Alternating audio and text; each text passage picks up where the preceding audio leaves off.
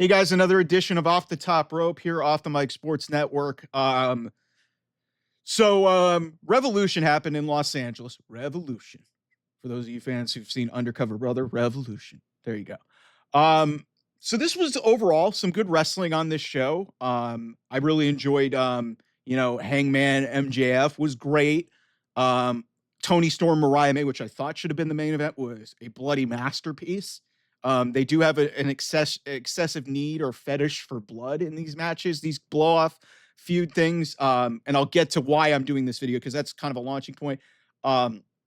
Ricochet and Swerve was awesome. Great story to that. But then we get to one of the high profile storyline matches. Kenny Omega, by the way, great match with Takeshita. I didn't like how that finished on a roll up, but I kind of understand it. But then we get to one of the bigger storyline matches of this show in a steel cage, Will Ospreay versus Kyle Fletcher. You expected this to be gruesome because steel cage matches in AEW tend to go a little bit over the line. We saw one that was unsanctioned just last year, and I came on this area channel and I said it was way too far. This was in the same vein as that because Kyle Fletcher and Will Ospreay had a great and a very fun match with a lot of, crazy batshit death match level spots. And I understand that like some people are going to go crazy over this shit. Here's the problem and why I'm kind of down on this match. First of all, I mentioned the match that happened at All Out between Swerve and Hangman. We had just seen within an hour of prior to that, Tony Storm and Mariah May bleed buckets in that Hollywood ending match, which was fantastic. One of the better women's matches I've ever seen. So then you get to this match and we're doing Styles clutches into thumbtacks. We're doing weird interference spots, these Don Callis matches, Mark Davis breaking in and just weird shit going on in that, just a bunch of interference. You have the Spanish fly off the top of the cage, which admittedly was freaking cool. But yeah, this match went on way too long, way too many crazy batshit insane spots. I understand if that's your acquired taste, fine. But here's the other issue. We just saw a match similar to this in Kevin Owens and Sami Zayn in that unsanctioned match at Elimination Chamber, where they did a bunch of crazy shit. They broke like 5 tables. There were 0 drops of blood spilled in that match. 0.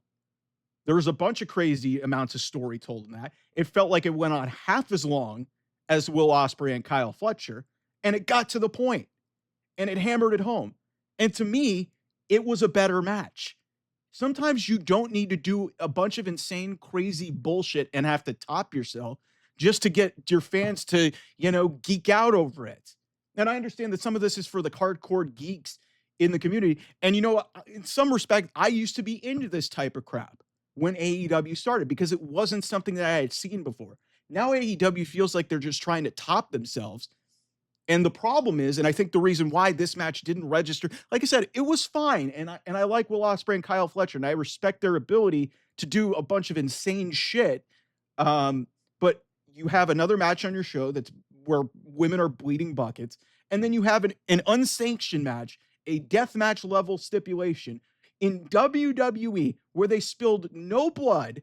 They had a rich story going into this thing, did crazy spots. They had a barbed wire chair.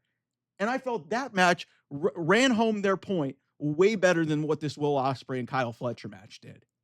Because, again, like I said, you do not need to dip into the hardcore, indie-rific bullshit just to make your fans entertained, okay? I understand that this is supposed to be some level of an alternative. That's my problem with AEW is like, they cross between this WWE level sports entertainment stuff, which the main event was bad with 2 ex-WWE guys, and I've talked about that here on this channel. And then you've got this sort of crap, which is just like, a bunch of flips and a bunch of like, stuff that's crazy off the top of the cage, a bunch of blood, thumbtacks, and all this other nonsense that was going on in this match. Like, listen, if they would have gotten quicker to that spot off the top of the cage, that Spanish fly, I would have, and you don't have to go through the thumbtack stuff. Like, there was so many kickouts and so many crazy hardcore spots in this match that I was just like to myself, okay, what else could they possibly do? Like, I thought I had seen it all in that steel cage at All Out last year. And this was bordering on that level of like gruesomeness. It just, you don't, I get so crazy because these guys are talented.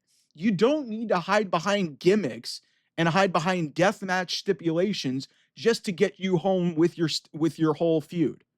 They went back to the screwdriver. I get that's a callback, but for God's sake, we got to stop with this. Like, and the Mark Davis involvement in this, what was that? Like, it meant nothing in the grand scheme of things. It meant nothing. So, and these guys are drinking their own blood. They're licking their own blood. They're wiping towels with their blood. Like, guys, I get that you want to be gross, but at some level, you're just going to start losing people because it's not easily digestible to a lot of the mainstream people that you claim you want to appeal to. And this is one of the main reasons why AEW is not going to continue to grow. They don't change. They do the same formula.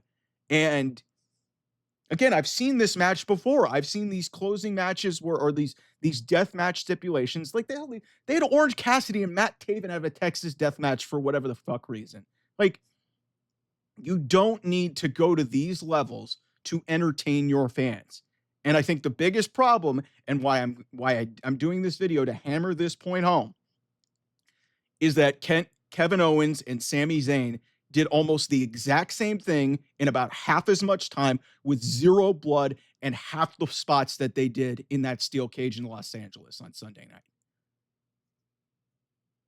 If you're an AEW fan and you want to argue with me in the comments, maybe because I see a lot of people, AEW people saying, oh, they didn't bleed. They didn't bleed in Toronto.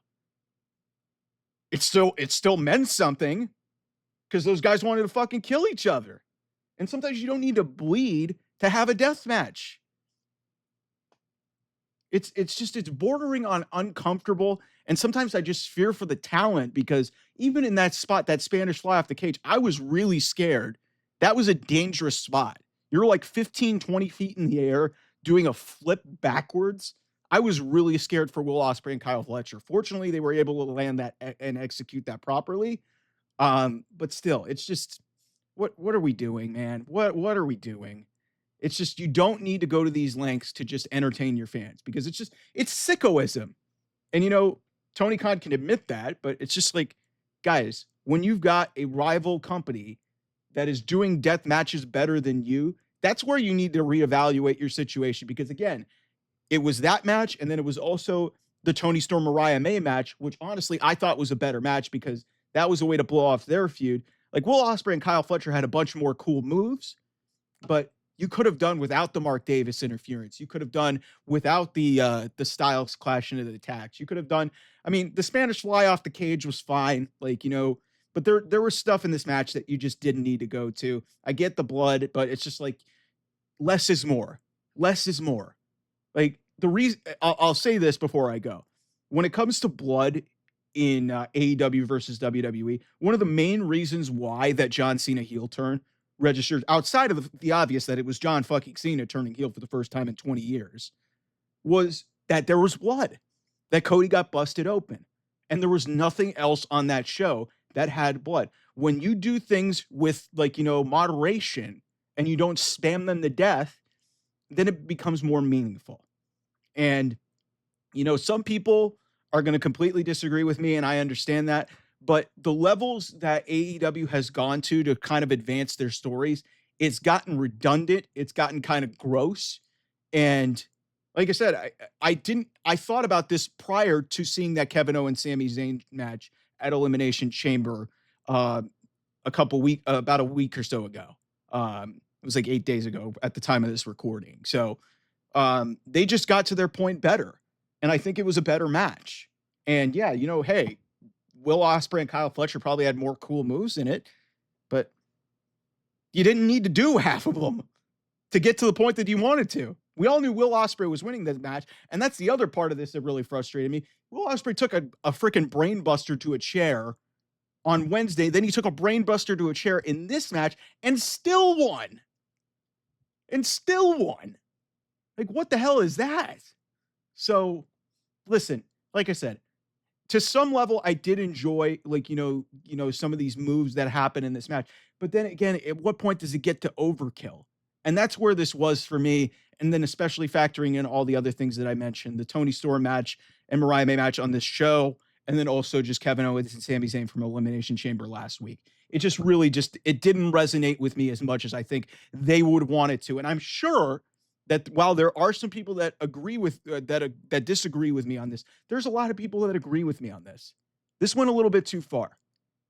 And AEW's got to reevaluate, how they approach these, end of feud stipulation type matches. Because I think it's becoming redundant. Anyway, I'll see you guys soon. Thanks for watching. Bye-bye.